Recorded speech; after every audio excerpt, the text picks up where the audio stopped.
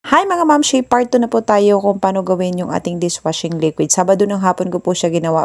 Binalikan po natin siya Sunday ng gabi. Ayan, meron tayong lakad whole day ng morning ng Sunday, kaya gabi na po natin siya binalikan. At ayan na po, nawala na po ang kanyang mga bubbles. Kailangan po kasi siya i-overnight kasi para mawala yung mga bubbles. At pag nag-clear na, ayan, pwede natin siyang isali sa mga lalagyan gaya ng aking ginagawa. Yung ating dishwashing liquid po is pwede po ito pang personal use, yung 3.7 liters. Tsaka kung gusto niyo naman po magnegosyo, bagay na bagay po sa inyo yung 16 liters. At saka napakadali lang po siyang i-mix. Kailangan nyo lang po ng add water. Tsaka maghanap po kayo ng mga used empty bottles. Pwede kayong manghingi sa inyong mga kapitbahay.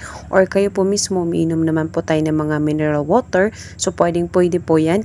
Hugasan nyo lang po muna bago po ninyo lagyan. Sa price range naman po, depende na po sa inyo yan. Basta po kumita kayo, may tubo kayo kahit maliit, okay na po yan. So nalagay na po natin siya sa isang mga lalagyan. Tsaka meron po siyang sobra, napakabula po kaya ginamit po natin panghugas.